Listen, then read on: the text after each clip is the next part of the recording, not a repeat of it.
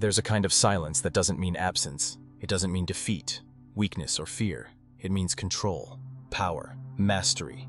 The kind of silence that doesn't react to the world but bends it with sheer presence. In a world addicted to noise, to constant opinions, to the desperate need to be heard, choosing silence is seen as strange, even threatening. Because when you stay silent in front of someone who expects your reaction, you're not just holding your tongue. You're holding up a mirror. You're forcing them to hear their own voice echo back at them, unfiltered, unaided, and for many, unbearable. Before we go deeper, if this message already resonates with you, if you're someone searching for clarity, strength, and truth in a noisy world, make sure to subscribe now.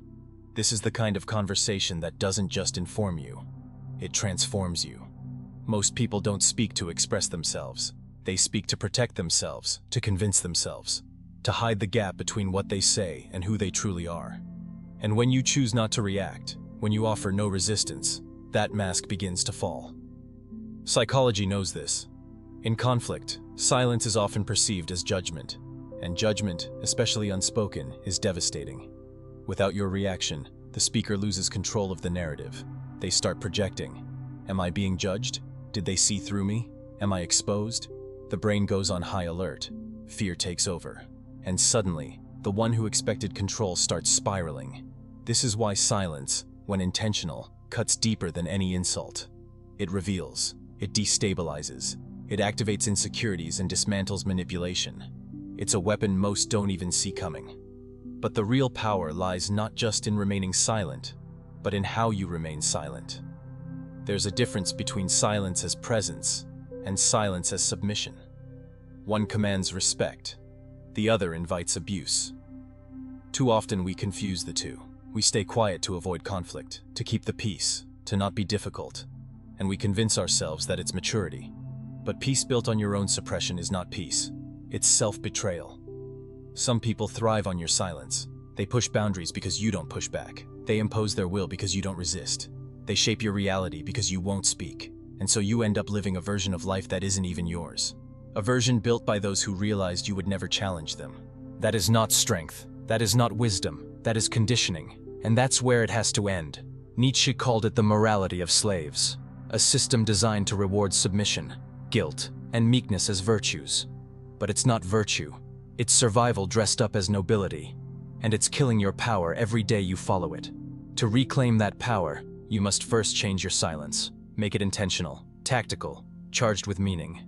Stop using it to avoid discomfort, and start using it to own your presence. Because true silence is not about hiding. It's about positioning. It's not passivity. It's poise. While others scramble to explain, justify, overtalk, you observe. Not as someone waiting for a turn to speak, but as someone gathering truth. You study contradictions, detect insecurity masked as arrogance, pick up on fear beneath fake confidence. And when, or if, you speak, it's precise, controlled, undeniable. Let silence last. Let the other person deal with the tension. Let them feel the absence of your reaction and fill it with their own fear. The longer you wait, the louder their doubts become. And in that silence, you gain the upper hand, not by dominating them, but by mastering yourself. The unpredictable is always feared.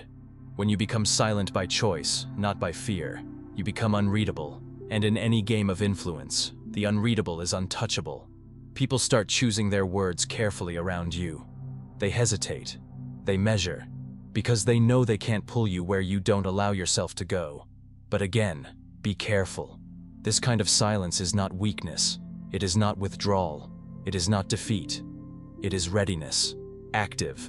Alive. Waiting for the exact moment to speak with impact. And when that moment comes, even a single sentence is enough to end the conversation. Not because it's loud, but because it's true.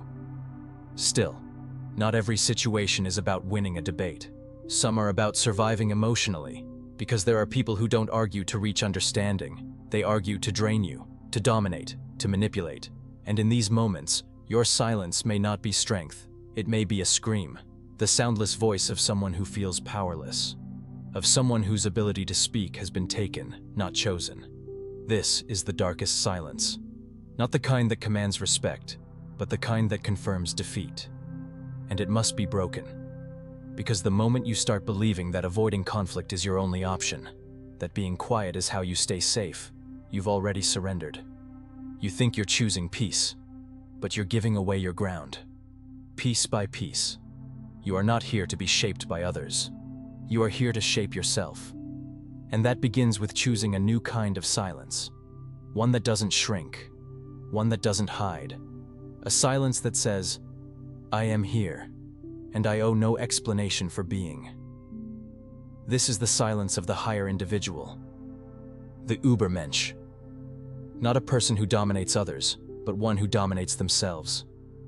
Who doesn't react impulsively, who doesn't crave validation, who stands firm without needing permission. It's not loud. It doesn't beg to be heard. But it changes the atmosphere. It changes outcomes. It changes you. Ask yourself, how many times have you stayed silent out of fear, out of guilt, out of the desire to not offend, not disturb, not make waves? How often have you allowed others to speak over you, define you, limit you? Enough. From this moment, your silence must no longer be your cage. It must become your blade, your shield, your voice without sound. You don't owe the world your explanations. You owe yourself your authenticity. And sometimes, that authenticity speaks loudest through what you don't say. If this spoke to you, don't keep it inside. Comment below. I choose the silence that commands respect. Not just to let me know you made it this far, but to affirm that you're ready to make this shift. To stop surviving quietly and start living powerfully. And if you haven't yet, subscribe now. Because this isn't just about one video. It's a path, a mindset, a new way of seeing yourself and the world around you. The weak shout, the strong stay silent. The wise choose when.